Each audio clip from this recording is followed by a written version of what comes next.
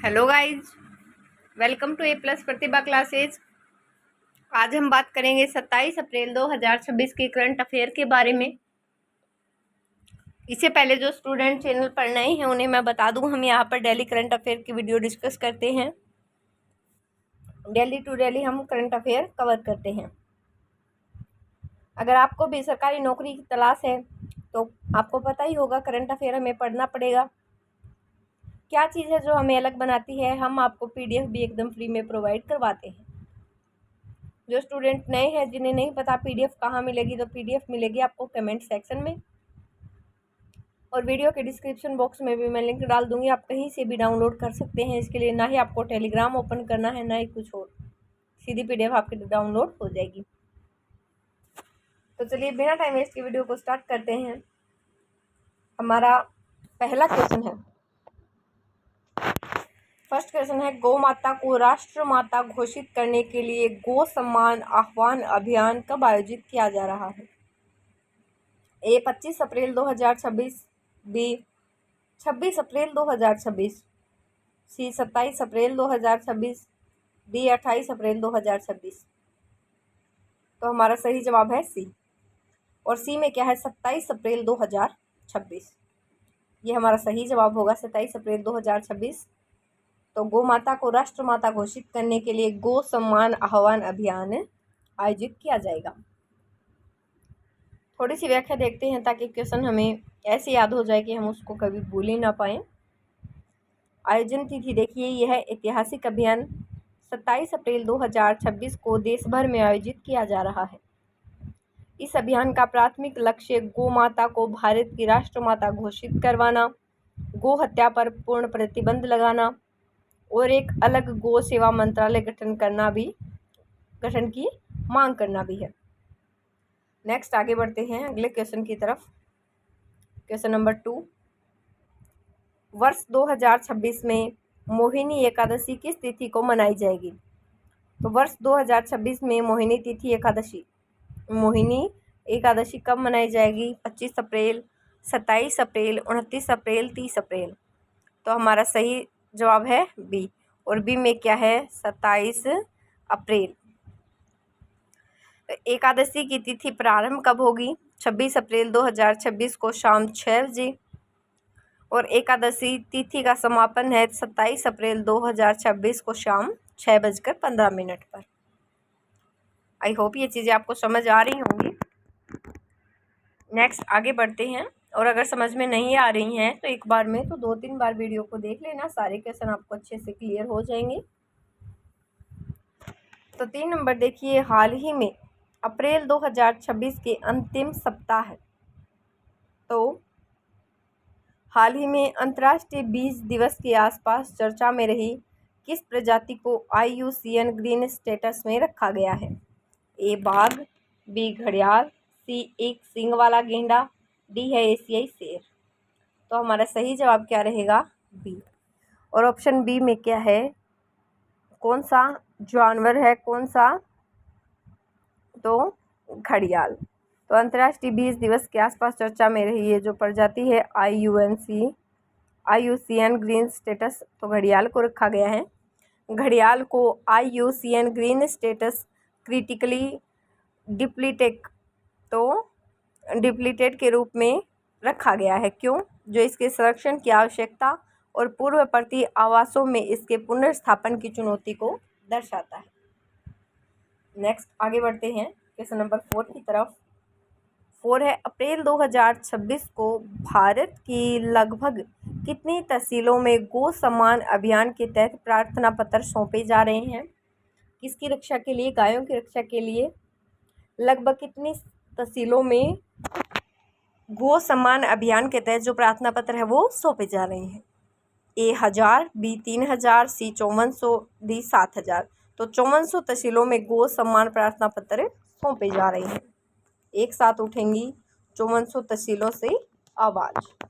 तो गो सम्मान आह्वान अभियान के तहत पूरे भारत में लगभग 5400 से अधिक तहसीलों में एक साथ शांतिपूर्ण तरीके से प्रार्थना पत्र सौंपने की तैयारी जारी है। नेक्स्ट आगे बढ़ते हैं अगले क्वेश्चन की तरफ। क्वेश्चन है 27 अप्रैल 2026 को समसामयिकी में कृषि के क्षेत्र में किस नई फसलें यानी कि पंत, उड़द, 13, 14 आदि ये सारी लॉन्च की गई हैं। तो किस राज्य में ये फसलें लॉन्च की गई हैं? ए उत्तर प्रदेश, बी मध्य प्रदेश, सी उत्तराखंड, डी राजस्थान। तो हमारा सही जवाब है सी, और सी में क्या है? उत्तराखंड। पंतनगर विश्वविद्यालय द्वारा ये की गई है। तो यानी कि ये फसलें जो लॉन्च की गई है वो कोई तो विश्वविद्यालय, कोई तो संस्थान करेगा। तो ये कहाँ से की गई है? पंतनगर विश्वविद्यालय द्वारा की गई है। तो 27 अप्रैल 2026 के समसामयिक के अनुसार पंत उड़द 13, पंत उड़द 14, मटर पंत 554 और पंत जो 1106 नामक नई फसलें उत्तराखंड यानी कि सी ऑप्शन जो है हमारा उसमें लॉन्च की गई है। नेक्स्ट क्वेश्चन नंबर 6 की तरफ बढ़ते हैं। क्वेश्चन नंबर 6 है, हाल ही में शोधकर्ताओं ने परमोट्रीनामा और जो ये लाइकेन नामक प्रजाति है वो कहाँ खोजी गई है? तो प्रजाति का नाम है परमोर्टेमा सेन्यूकरियम। पूर्वी हिमालय, अंडमान, पूर्वी घाट, पश्चिमी घाट। तो ये जो है परमोट्रेमा सेट्रिकम कहाँ पर खोजी गई है? पश्चिम बंगाल। तो शोधकर्ताओं ने पश्चिम बंगाल में लाइकेन की नई प्रजाति की खोज की है। नेक्स्ट आगे बढ़ते हैं। केंद्र सरकार की नमस्ते योजना जो चर्चाओं में रही, इसका उद्देश्य क्या है? पूछा क्या है कि जो नमस्ते योजना है उसका लक्ष्य उद्देश्य क्या है? ए डिजिटल साक्षरता बढ़ाना, बी है सफाई कर्मचारियों की सुरक्षा और शून्य मृत्यु दर, फिर है किसानों को मुफ्त बीज देना, और डी है ग्रामीण पर्यटन को बढ़ावा देना। तो कौन सी चीज़ इसमें सही है? जो नमस्ते योजना है जो चर्चा में रही उसका उद्देश्य क्या है? तो उसका उद्देश्य है बी, सफाई कर्मचारियों की सुरक्षा और मृत्यु दर को शून्य करना। थोड़ी सी व्याख्या इस पर नज़र डालते हैं, थोड़ी सी व्याख्या पर। तो सफाई कर्मचारियों की सुरक्षा और शून्य मृत्यु दर, इसका उद्देश्य खतरनाक मैनुअल सफाई प्रथाओं को समाप्त करना और सफाई कर्मचारियों की सुरक्षा सुनिश्चित करना है। यह योजना 2025-26 तक के लिए है। नेक्स्ट आगे बढ़ते हैं। क्वेश्चन है, हाल ही में किस राज्य में पलामू टाइगर रिजर्व को लेकर प्रबंधन प्रभावशीलता रिपोर्ट चर्चा में रही? ए ओडिशा, बी छत्तीसगढ़, सी झारखंड, डी बिहार। तो हमारा सही जवाब है सी, और सी में क्या है? झारखंड। झारखंड इसका सही जवाब है। पलामू टाइगर रिजर्व कहाँ है? झारखंड में। तो हाल ही में झारखंड के पलामू टाइगर रिजर्व को लेकर प्रबंधन प्रभावशीलता रिपोर्ट चर्चा में रही। नेक्स्ट आगे बढ़ते हैं। अगला क्वेश्चन है, 27 अप्रैल 2026 को भारत भर में किस धार्मिक पर्व के अवसर पर गो संरक्षण के लिए विशेष प्रार्थनाएं आयोजित हो रही हैं? तो इसका क्वेश्चन नंबर 2 से संबंध है थोड़ा सा, कि 27 अप्रैल 2026 को भारत में किस धार्मिक पर्व पर गो संरक्षण के लिए विशेष प्रार्थना सभाएं आयोजित की जा रही हैं? ए मोहिनी एकादशी, बी है वरुधिति एकादशी, सी है अक्षय तृतीया और डी है सीता नवमी। सही जवाब पर टिक किया है मैंने, ए है मोहिनी एकादशी। मोहिनी एकादशी इसका सही जवाब होगा। थोड़ी सी व्याख्या पर भी प्रकाश डालते हैं। तो 2026 के कैलेंडर के अनुसार 27 अप्रैल को मोहिनी एकादशी मनाई जा रही है। 27 अप्रैल 2026 को भारत भर में मोहिनी एकादशी के अवसर पर गो संरक्षण के लिए विशेष प्रार्थना सभाएं और गो सम्मान दिवस आयोजित किया जा रहा है। नेक्स्ट बढ़ते हैं आगे अगले क्वेश्चन की तरफ। अंतर्राष्ट्रीय बीज दिवस की थीम या चर्चा का मुख्य केंद्र क्या रहा?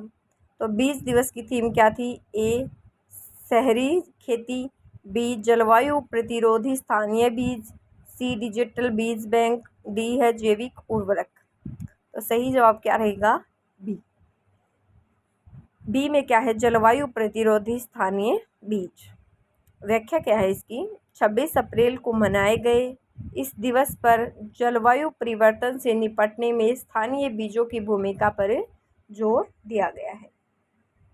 इसी के साथ आगे बढ़ते हैं। अगला क्वेश्चन है विश्व कार्यस्थल स्वास्थ्य और सुरक्षा दिवस यानी कि वर्ल्ड सेफ्टी और हेल्थ वर्क डे हर साल कब मनाया जाता है? क्या पूछा है कि स्वास्थ्य और सुरक्षा दिवस कब मनाया जाता है? ए 27 अप्रैल, बी 28 अप्रैल, सी 29 अप्रैल, डी है 30 अप्रैल। तो उत्तर है इसका बी, और बी में 28 अप्रैल। 28 अप्रैल सही जवाब है। तो 27 अप्रैल की खबरें इस वैश्विक दिवस और पूर्व तैयारियों की ओर कार्यस्थल पर सुरक्षा मानकों की चर्चा प्रमुखता से रही। नेक्स्ट क्वेश्चन की ओर बढ़ते हैं। क्वेश्चन है हाल ही में किस देश में हिंद प्रशांत क्षेत्र में समुद्री सुरक्षा बढ़ाने के लिए भारत के साथ नेवल एक्सरसाइज संपन्न की? नेवल एक्सरसाइज भारत के साथ किसने की है? A Goa, Vietnam, C Japan, D France. तो हमारा सही जवाब क्या होगा? हमारा राइट आंसर है सी जापान। इसी के साथ बढ़ते हैं अगले क्वेश्चन की तरफ, क्वेश्चन नंबर 13 की तरफ। ये देखिए क्वेश्चन नंबर 13 है चर्चा में रहा पोर्टल फॉर सस्टेनेबल एग्रीकल्चर किस मंत्रालय द्वारा लॉन्च किया गया है? ए पर्यावरण मंत्रालय, बी है कृषि और किसान कल्याण मंत्रालय, सी है विकास मंत्रालय और वाणिज्य मंत्रालय। तो हमारा सही जवाब क्या रहेगा? बी रहेगा। बी में क्या है? कृषि एवं किसान कल्याण मंत्रालय। तो पोर्टल फॉर सस्टेनेबल एग्रीकल्चर कृषि और किसान मंत्रालय द्वारा लॉन्च किया गया है। व्याख्या देख लो। जैविक खेती और टिकाऊ कृषि को बढ़ावा देने के लिए नए डिजिटल सुधारों के तहत इसे अपडेट किया गया है। पोर्टल का नाम क्या है वो देख लो। तो पोर्टल का नाम है नेचुरल फार्मिंग पोर्टल या पोर्टल फॉर सस्टेनेबल एग्रीकल्चर। तो कृषि के सतत तरीकों को बढ़ावा देने के लिए कृषि एवं किसान कल्याण मंत्रालय द्वारा इसे लॉन्च किया गया है। नेक्स्ट आगे बढ़ते हैं अगले क्वेश्चन की तरफ। क्वेश्चन है 27 अप्रैल 2026 तक के आंकड़ों के अनुसार भारत का कौन सा राज्य सौर ऊर्जा उत्पादन में शीर्ष पर बना हुआ है? सोलर एनर्जी के बारे में पूछा जा रहा है यहाँ। तो इसके उत्पादन में कौन सा राज्य शीर्ष पर है? ए गुजरात, बी राजस्थान, सी तमिलनाडु, डी कर्नाटक। तो बी इसका सही जवाब है और बी में क्या है? राजस्थान। तो राजस्थान इसका सही जवाब होगा।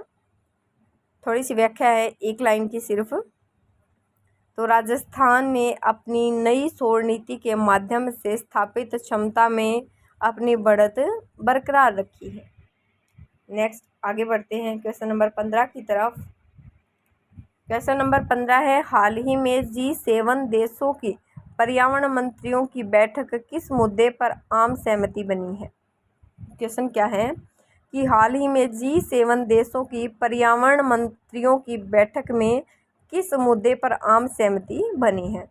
ए प्लास्टिक प्रदूषण से 2040 तक समाप्त करना, बी है कोयले का उपयोग 2030 तक बंद करना, सी है नई परमाणु संधियां, डी है अंतरिक्ष कचरा कम करना। तो ये जो G7 देशों की पर्यावरण बैठक हुई है उस पर कौन से मुद्दे पर चर्चा हुई है, क्या चीज़ इसमें हुई है? तो इसमें हुई है प्लास्टिक प्रदूषण को 2040 तक बिल्कुल समाप्त करना। उत्तर है प्लास्टिक प्रदूषण को 2040 तक समाप्त करना। व्याख्या है अप्रैल के अंत में हुई इस बैठक में वैश्विक प्लास्टिक संधि दिशा में महत्वपूर्ण निर्णय लिए गए हैं। नेक्स्ट अगले क्वेश्चन की ओर बढ़ते हैं। क्वेश्चन है अटल इनोवेशन मिशन यानी कि IAIM के तहत हाल ही में किस राज्य में सर्वाधिक अटल टिंकरिंग लैब स्थापित की गई है? क्वेश्चन क्या पूछा गया है? तो क्वेश्चन है इसमें अटल इनोवेशन मिशन IAIM, तो इसके तहत अटल टिंकरिंग लैब कहाँ स्थापित हुई? ए महाराष्ट्र, बी मध्य प्रदेश, सी केरल। तो महाराष्ट्र मध्य प्रदेश दो ऑप्शन में है, तो इसका सही जवाब रहेगा ए महाराष्ट्र। कहाँ पर ये लैब स्थापित हुई है? तो सही जवाब मैंने यहाँ लिख भी दिया, आपको दिख भी रहा होगा। महाराष्ट्र।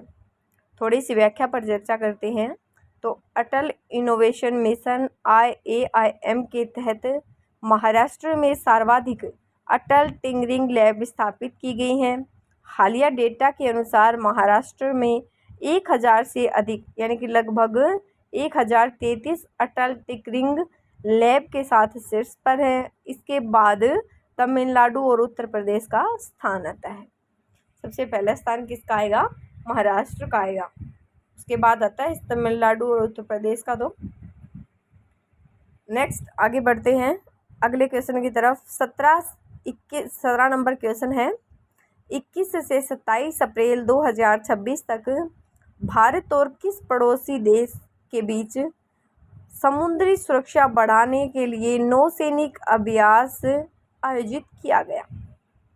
क्या पूछा है कि 21 से 27 अप्रैल 2026 तक भारत और किस पड़ोसी देश के बीच समुद्री सुरक्षा बढ़ाने के लिए नौसैनिक अभ्यास आयोजित किया गया? ए बांग्लादेश, बी म्यांमार, सी मालदीव, डी श्रीलंका। तो हमारा सही जवाब क्या होगा? डी होगा। सही जवाब डी है और डी में क्या है? श्रीलंका। थोड़ी सी व्याख्या देखते हैं। तो व्याख्या है 21 से 27 अप्रैल 2026 यानी कि इस प्रश्न में है 21 यानी कि 21 से 27 अप्रैल तक माना गया है। भारत और श्रीलंका के बीच समुद्री सुरक्षा बढ़ाने के लिए नौसैनिक अभ्यास आयोजित किया गया। नेक्स्ट क्वेश्चन की ओर बढ़ते हैं। क्वेश्चन नंबर 18 की तरफ बढ़ते हैं। क्वेश्चन 18 क्या है? केंद्र सरकार ने हाल ही में किस देश के साथ 30 बिलियन रुपए के करेंसी स्वैप समझौते को मंजूरी दी है? यानी कि सार्स करेंसी स्वैप फ्रेमवर्क को मंजूरी दी है। क्वेश्चन एक बार दोबारा से देख लो। पूछा है कि केंद्र सरकार ने हाल ही में किस देश के साथ 30 बिलियन, छोटी रकम नहीं है 30 बिलियन, तो 30 बिलियन रुपए के करेंसी स्वैप को समझौते को मंजूरी दी है? ए नेपाल, बी है भूटान, सी मालदीव, डी श्रीलंका। तो हमारा सही जवाब है सी, और सी का ऑप्शन में क्या है? सी में मालदीव। थोड़ी सी व्याख्या पर चर्चा करते हैं। तो वित्तीय स्थिरता बनाए रखने में मदद के लिए भारत ने मालदीव के साथ इस महत्वपूर्ण मुद्रा विनिमय समझौते पर हस्ताक्षर किए हैं। तो ये क्वेश्चन नंबर 18 आई होप आपको समझ में आ रहे होंगे। साथ साथ बिल्कुल क्लास में ही ध्यान रखें, आपको सारी चीज़ें यहीं से क्लियर हो जाएंगी, आपको कहीं और भटकने की ज़रूरी नहीं है। चलिए नेक्स्ट क्वेश्चन की ओर बढ़ते हैं। क्वेश्चन है, हाल ही में खबरों में रहा खोनी वन्यजीव अभयारण्य यानी कि खोनी वर्ल्ड वाइड सेंचुरी जहां हनी बेजर देखा गया है वो किस राज्य में? ये जय छोटा है इसके लिए यहाँ बड़ा लिखा है तभी इसके लिए नीचे ये लगाया है। ए राजस्थान, बी मध्य प्रदेश, सी छत्तीसगढ़, डी गुजरात। तो जो खोनी वन्यजीव अभयारण्य है जहां हनी बेजर देखा गया है वो किस राज्य में है? किस राज्य में है? सही जवाब रहेगा बी, और बी ऑप्शन में क्या है? एमपी में है ये, मध्य प्रदेश में। तो खबरों में रहा खोनी वन्यजीव अभयारण्य जहां हनी बेजर देखा गया वो मध्य प्रदेश जिले में स्थित है। नेक्स्ट आगे बढ़ेंगे अगले क्वेश्चन की तरफ, क्वेश्चन नंबर 20 की तरफ। क्या है क्वेश्चन नंबर 20? तो प्रधानमंत्री नरेंद्र मोदी ने किस शहर में बौद्ध धर्म की विरासत को प्रदर्शित करने वाले सम्राट स्मृति संग्रहालय का उद्घाटन किया? क्वेश्चन को एक बार दोबारा से देखो कि प्रधानमंत्री नरेंद्र मोदी ने किस शहर में बौद्ध धर्म की विरासत को प्रदर्शित करने वाले कौन है? सम्राट स्मृति संग्रहालय का उद्घाटन किया? ए कुशीनगर, बी सारनाथ, सी गांधीनगर, डी नालंदा। तो हमारा सही जवाब है सी में क्या है? गांधीनगर है। तो प्रधानमंत्री नरेंद्र मोदी ने 31 मार्च 2026 को गुजरात के गांधीनगर में सम्राट स्मृति संग्रहालय का उद्घाटन किया। यह संग्रहालय मुख्य रूप से जैन धर्म की समृद्ध विरासत, कलाकृतियों और पांडुलिपियों को प्रदर्शित करता है, जो भारत की सांस्कृतिक और आध्यात्मिक विरासत को दर्शाता भी है। तो आई होप ये क्वेश्चन आपको समझ में आया होगा। इसी के साथ हम आगे बढ़ेंगे अगले क्वेश्चन की तरफ। थोड़ा सा ध्यान में रखिए, क्वेश्चन एक बार पहले भी आ चुका है हमारी पहले वाली वीडियो में, सम्राट संस्कृति संग्रहालय से। चलिए नेक्स्ट आगे है क्वेश्चन नंबर 21 क्या कहेगा अभी पता करते हैं। 21 का, हाल ही में चर्चा में रहा प्रोजेक्ट आकाश तीर का संबंध किससे है? क्या पूछा है? आकाश तीर प्रोजेक्ट है, तारागीर नहीं है, ध्यान से देख लेना, आकाश तीर है। तो किससे संबंधित है प्रोजेक्ट आकाश तीर? ऑप्शन ए देखो, इसरो का नया चंद्र मिशन। क्या ये इसरो का नया चंद्र मिशन है? बी है भारतीय सेना की स्वचालित वायु रक्षा नियंत्रण प्रणाली। सी है समुद्री कचरा सफाई अभियान। डी है ग्रामीण बैंकिंग सुधार। तो हमारा सही जवाब क्या रहेगा इसमें? बी रहेगा, भारतीय सेना की स्वचालित वायु रक्षा नियंत्रण प्रणाली। वो कैसे? वो ऐसे क्योंकि भारतीय सेना की स्वचालित वायु रक्षा प्रणाली, भारतीय सेना ने अपनी वायु रक्षा क्षमताओं को डिजिटल और स्वचालित बनाने के लिए आकाश तीर को पहले बैच को ही तैनात कर दिया है। तो आकाश तीर का संबंध समझ में आ गया किससे है? भारतीय सेना की स्वचालित वायु रक्षा नियंत्रण प्रणाली से है। नेक्स्ट अगले क्वेश्चन की ओर बढ़ते हैं। क्वेश्चन नंबर 22 है, 27 अप्रैल 2026 को घोषित रिपोर्ट के अनुसार भारत का कौन सा राज्य विद्युत वाहन पंजीकरण में शीर्ष पर रहा? क्या पूछा है कि कौन सा राज्य जो विद्युत वाहन पंजीकरण में शीर्ष पर रहा है? ए महाराष्ट्र, बी उत्तर प्रदेश, सी कर्नाटक, डी दिल्ली। तो सही जवाब क्या है? बी। और बी में क्या है? यूपी यानी कि उत्तर प्रदेश। तो 27 अप्रैल 2026 के अनुसार उपलब्ध आंकड़ों जैसे कि वाहन डैशबोर्ड या JMK रिसर्च रिपोर्ट 2025-26 के आधार पर भारत में इलेक्ट्रॉनिक वाहन पंजीकरण में उत्तर प्रदेश लगातार शीर्ष पर रहा है। नेक्स्ट क्वेश्चन की ओर बढ़ते हैं। क्वेश्चन नंबर 23, विश्व टीकाकरण सप्ताह 2026 किस अवधि के दौरान मनाया जा रहा है? क्या क्वेश्चन पूछा है? थोड़ा सा ध्यान लगा कर देखिए। World immunising week. तो टीकाकरण सप्ताह किस अवधि के दौरान मनाया जा रहा है? ए है 20 से 26 अप्रैल, फिर बी है 24 से 30 अप्रैल, सी है 27 अप्रैल से 3 मई और डी है 15 से 21 अप्रैल।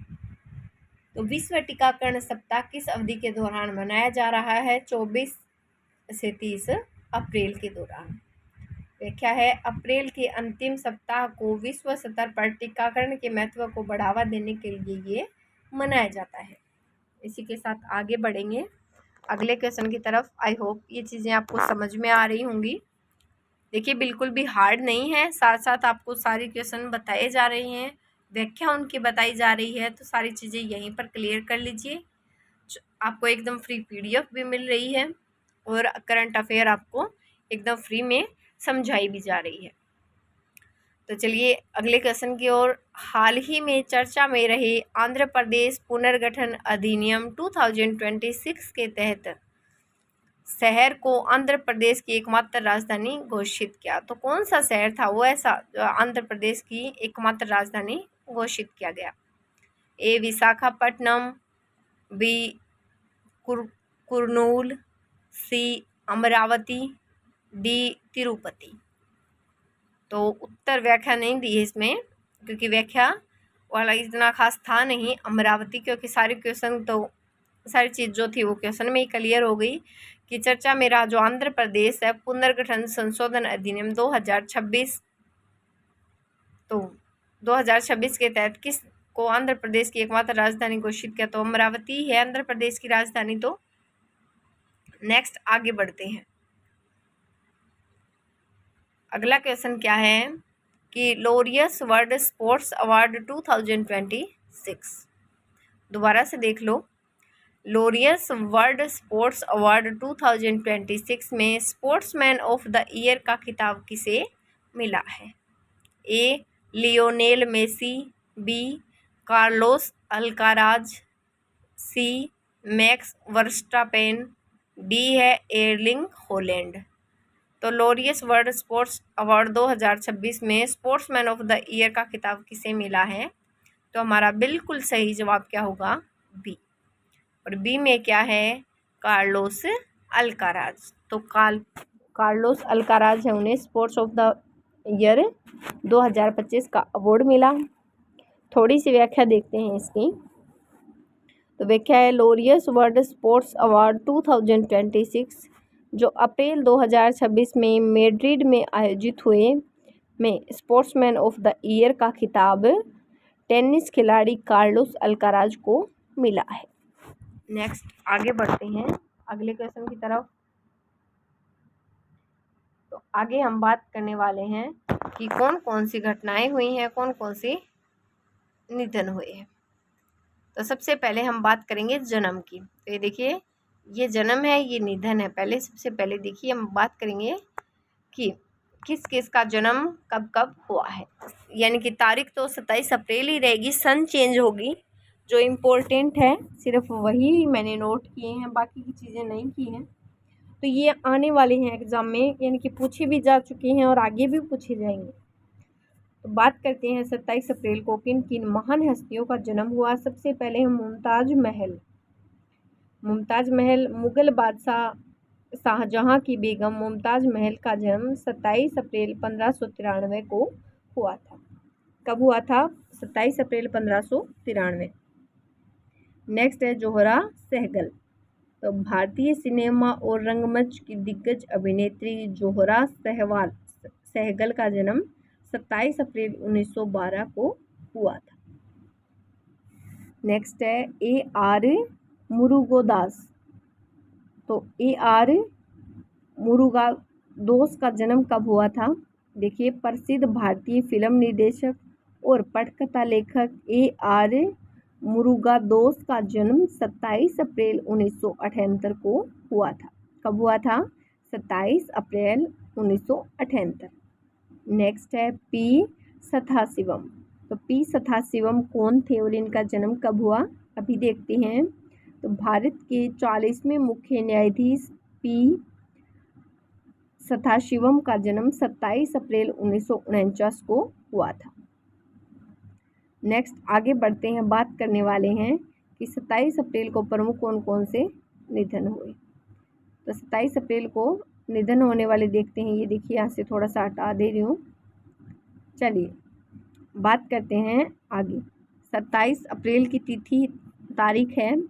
तो 27 अप्रैल को निधन होने वाले राल्फ वोल्डो इमर्सन, इनका निधन हुआ 1882, जो अमेरिकी दार्शनिक और कवि थे। फिर है 27 अप्रैल 1521, फर्डिनेंड मैगलन, पुर्तगाली खोजकर्ता और नाविक रहे हैं ये। नेक्स्ट है जेरी स्प्रिंगर। तो जेरी स्प्रिंगर का जन्म, जो मृत्यु है वो हुई 27 अप्रैल 2023 को, जो क्या थे? प्रसिद्ध ब्रिटिश अमेरिकी टेलीविज़न प्रस्तोता। नेक्स्ट है 27 अप्रैल 1994, नाम है लिन फ्रेडरिक। तो ये अभिनेत्री थी। फिर है हेनरी पार्क्स, निधन हुआ 27 अप्रैल 1896 को, ऑस्ट्रेलियाई राजनीतिज्ञ थे। फिर है 27 अप्रैल 2007, किसका निधन हुआ? मस्तिस्लाव रोस्टोपोविच का, जो क्या थे? प्रसिद्ध सेलिस्ट थे।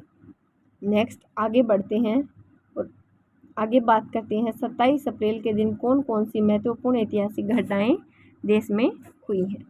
तो सबसे पहले है 27 अप्रैल 1526, क्या हुआ था?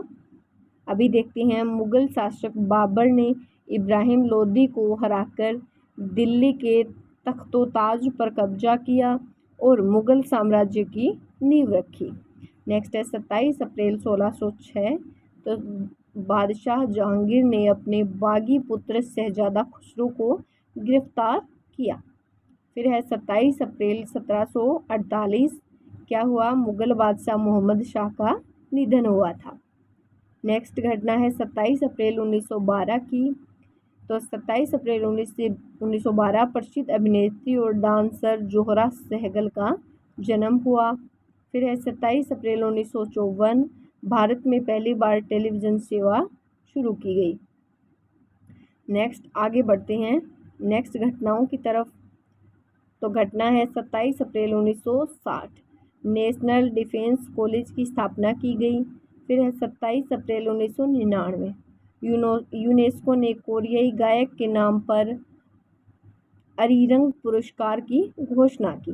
फिर है 27 अप्रैल 2005 दुनिया के सबसे बड़े यात्री विमान एयरबस A380 में पहली सफल परीक्षण की उड़ान भरी।